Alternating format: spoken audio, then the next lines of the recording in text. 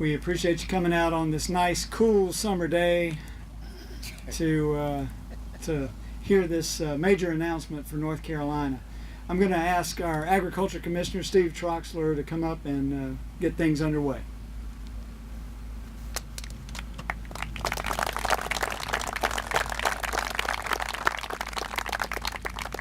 Good morning and welcome to the Cherry Research Farm on a beautiful day. We are saving energy right now. My staff will turn the air conditioning on at the appropriate time so that we will be comfortable.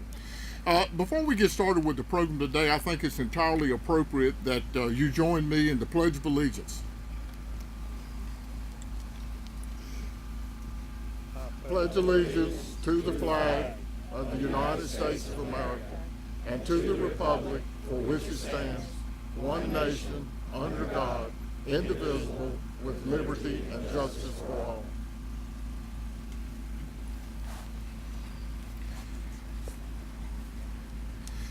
I want to thank once again all of you for being here, and I know most of you came here this morning based on a somewhat cryptic invitation to hear about an exciting announcement about Sentinel Landscapes designation. And I guess many of you are wondering why we're doing it at a cow pasture in Wayne County, but believe me, I'll get to that, and it is entirely important that we are in a cow pasture. In a nutshell, it means that in less than an hour ago, the U.S. Department of Agriculture, the U.S. Department of the Interior, and the U.S. Department of Defense announced that 33 counties in eastern North Carolina are considered important to the defense of our nation. And it means we'll have another tool in our toolbox to help protect working lands and our natural resources in the areas around our military bases. We are one of 3 destinations announced this morning and the largest such destination to date.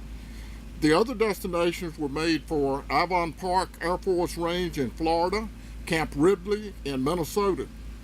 They have been 4 other designations previously to this announcement, so we are very, very proud to be here today for this announcement.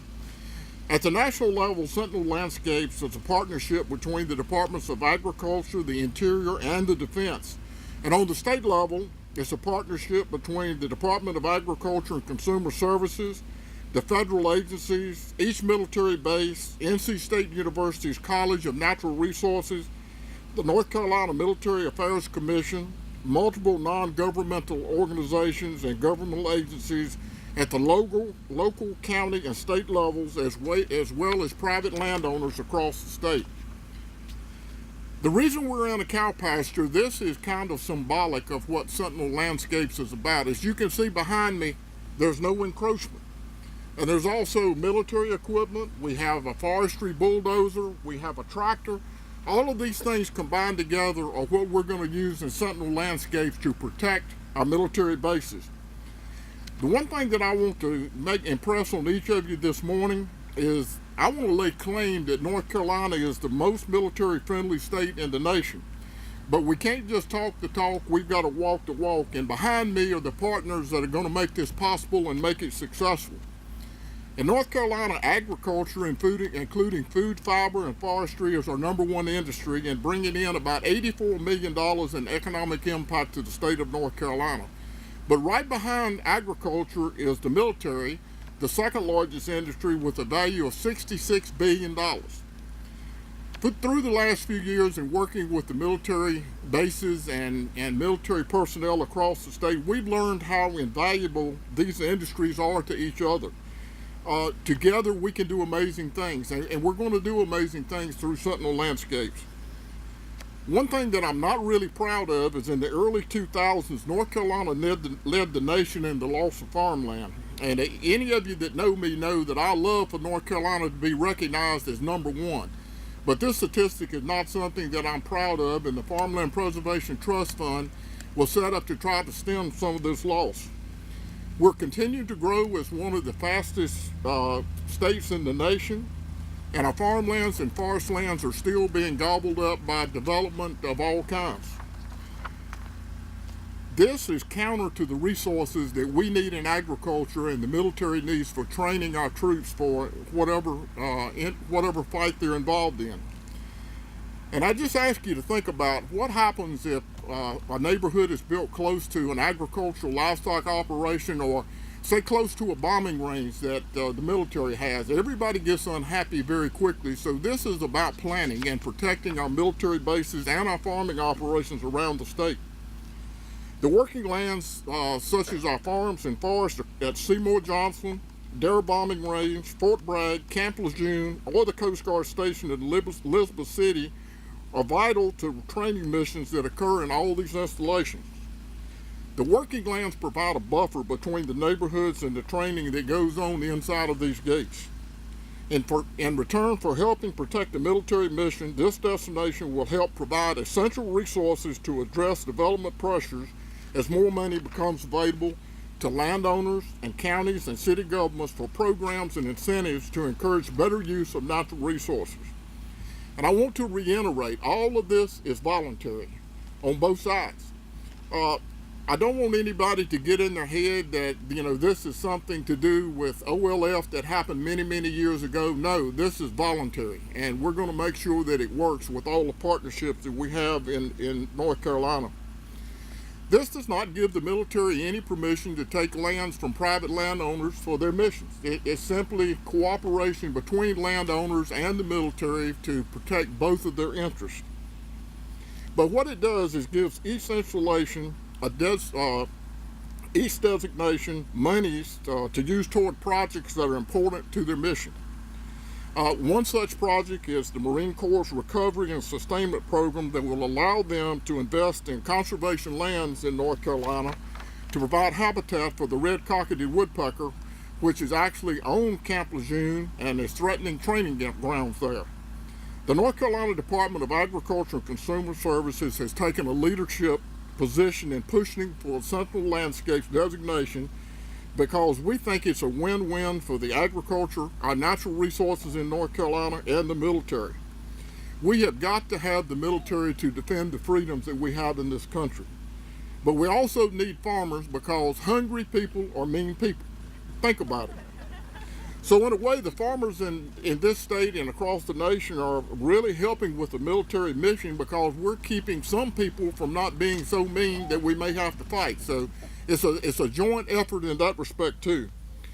Our natural resources are also important to maintain open space and maintain this state's natural beauty and diversity that we all are so accustomed to.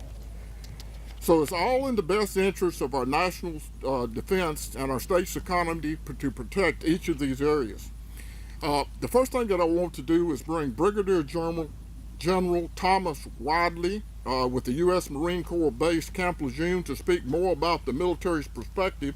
And then I want Herbert Page from the Guthrie Farm in Hounslow County to provide a first-hand perspective from a farm family that borders a military installation, and this farm actually has received an Agricultural Development and Farmland Preservation Trust Fund working farm easement, and it included military restrictions. So, General, if you would come forward and give us your perspective, and I really want to thank the Marines for their leadership in Sentinel's Landscapes. This was actually an initiative that they brought to us, and we look forward to continue cooperation with you. Sir. Thank you.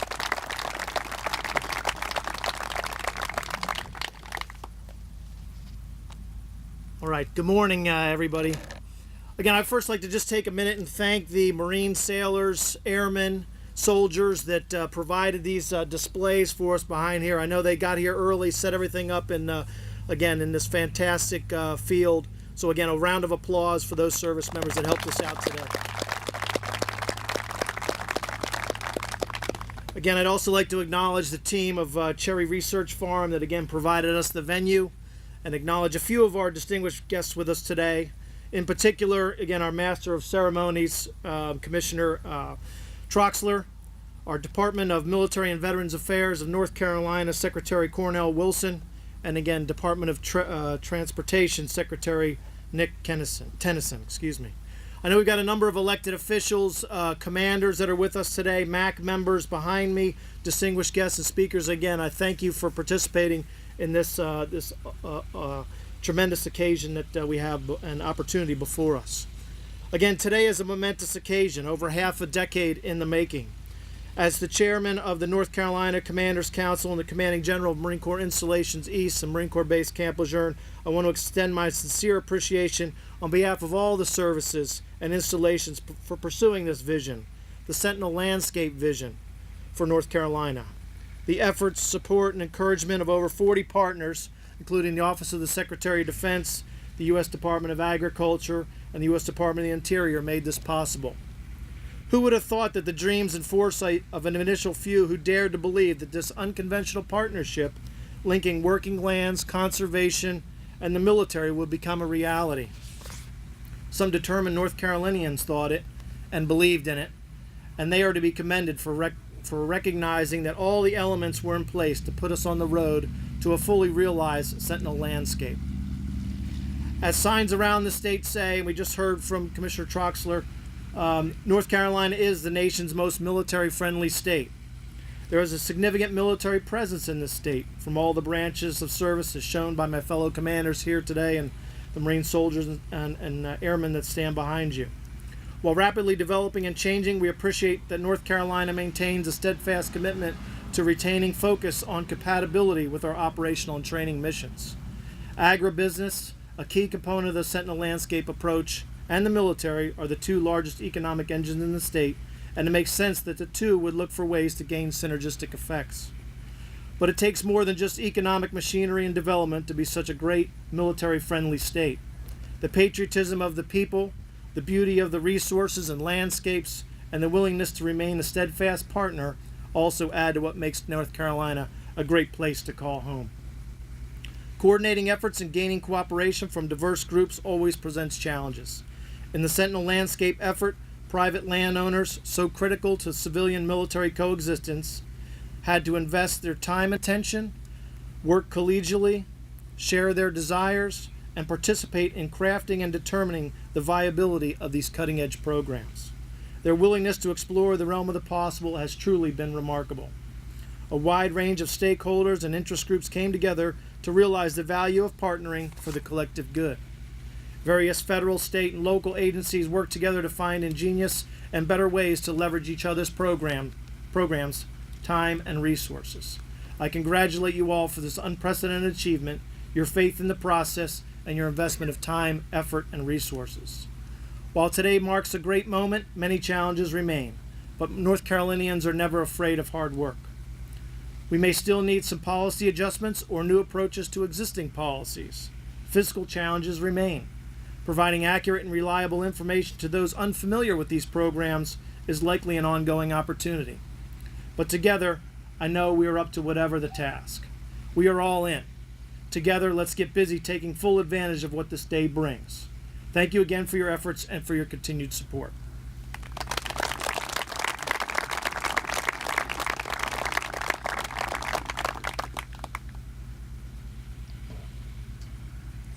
Good morning. Steve has already read what I was going to talk about.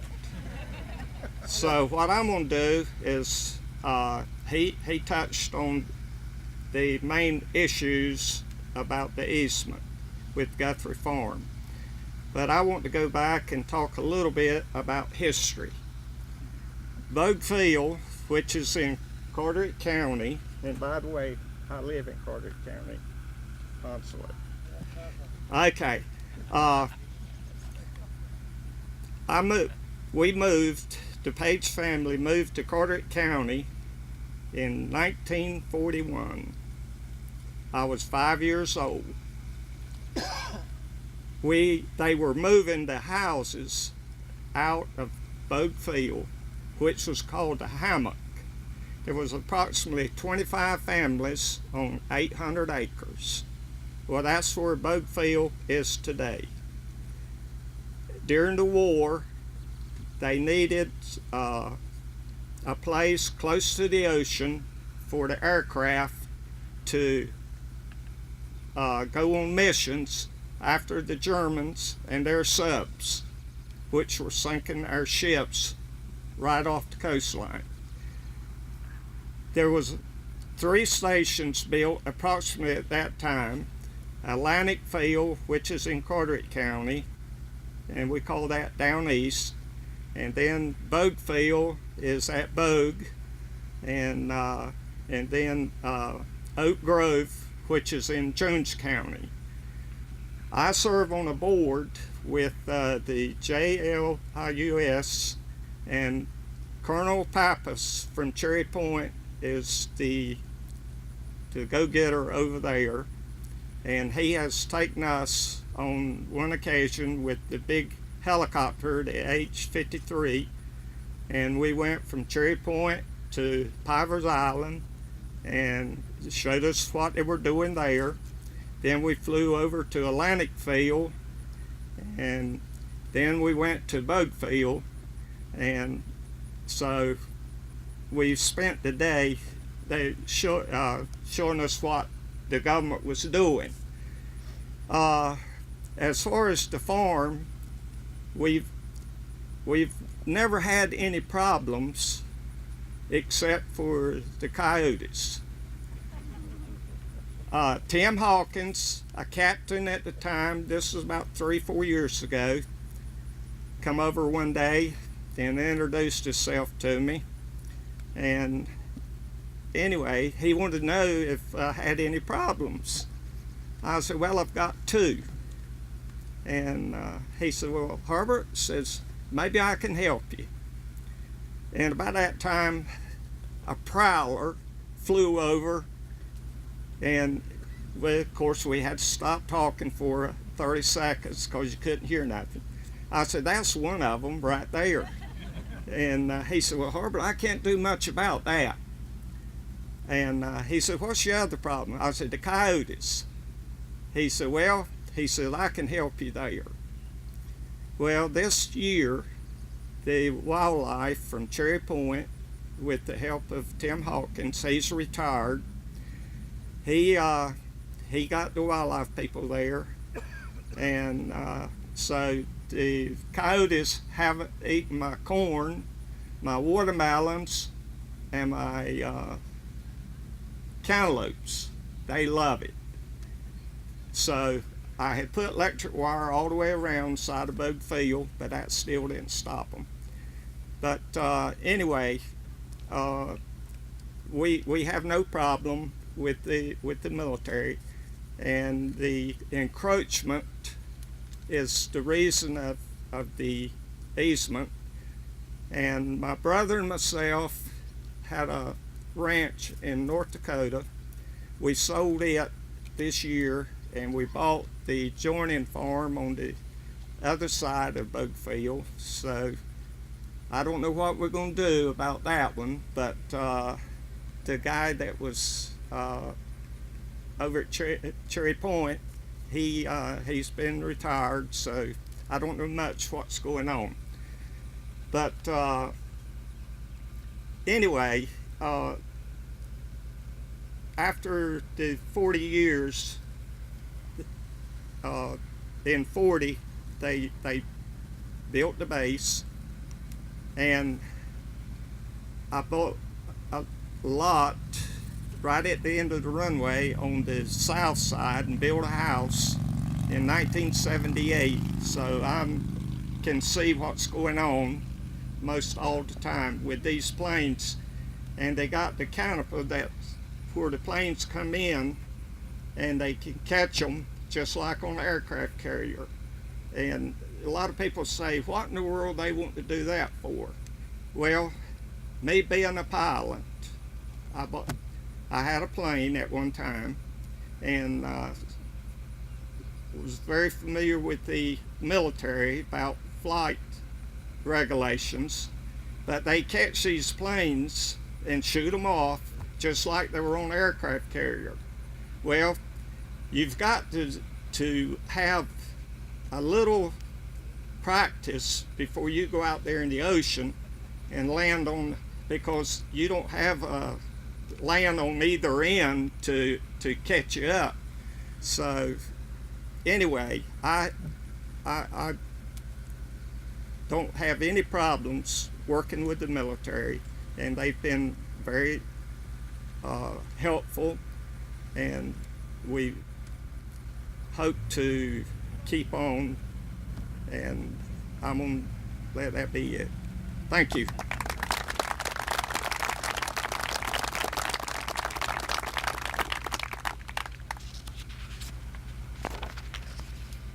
Herbert, thank you.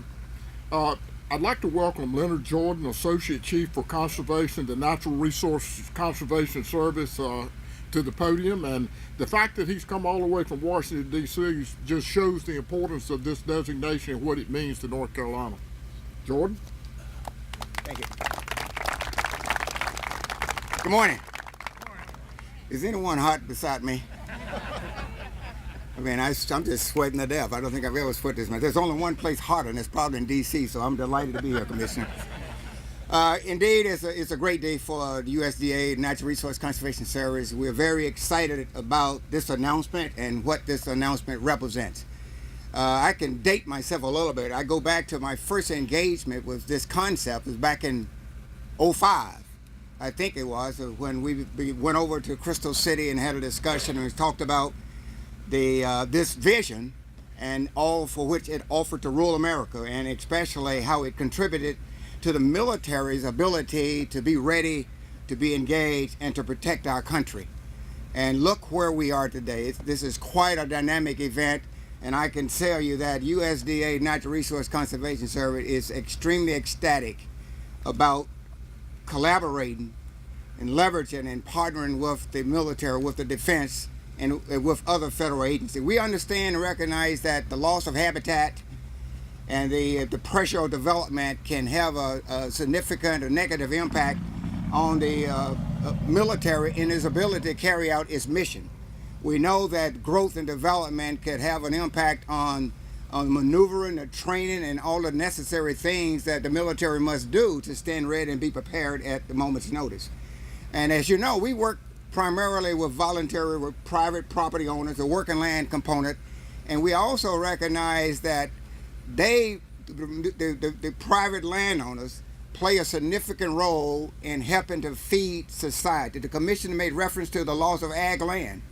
We have lost 33 million acres of land in the last 30 years, all prime ag land. The population continues to grow. We talked about in the next, 2050, the population will grow from 7 billion to 9 billion. Folks have to eat. We need land to produce.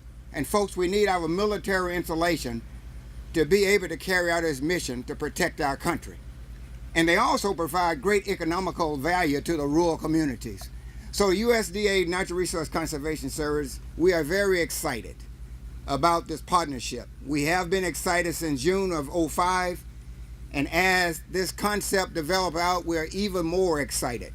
We recognize there's great opportunities for leveraging with DOD as well as leveraging with the other federal agencies. So my comments is going to be short and sweet because I am sweating to death. But it was a delight, Commissioner, to fly down from DC. It's always good to get out on the countryside, but this event today is one for which I think the American public can be proud of. The federal agencies are coming together, leveraging resources, and I think that, again, is something that we should be proud of. So we are delighted to be a part of it and look forward to the future. The future is bright. Thank you very much. Thank you, Leonard. Next, we're going to bring up a partner of ours in many ways, but the North Carolina State College of Natural Resources has been a major part of the partnership and has kind of kept us organized and on track throughout this process. And I'd like to have Dean Mary Watson to come up and talk about the partnership and opportunities she sees as being part of the designation. And by the way, staff, turn the air on, it is hot.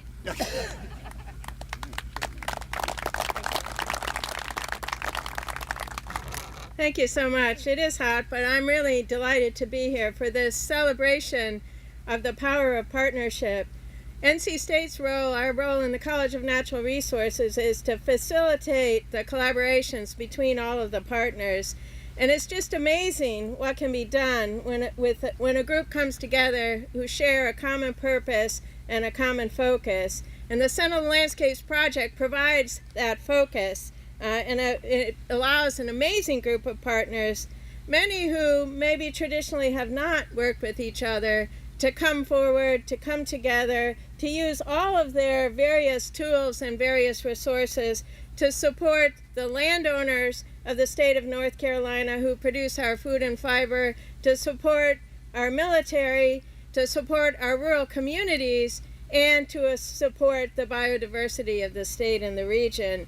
There is absolutely no reason why conservation, working lands, and a strong military cannot coexist and in fact leverage each other to be even greater than they would be working alone. So we are excited to be a part of the team. We're looking forward to the opportunity to take a landscape approach to what's possible in eastern North Carolina and to build on all the intriguing ideas that we've been discussing, debating, working forward towards over the last couple of years. With this designation, we have the opportunity to think about the long term and to develop solutions that are to the benefit of everyone who's involved. So thank you all. It's hot, but this is a great day. So let's celebrate that great day. Thank you very much.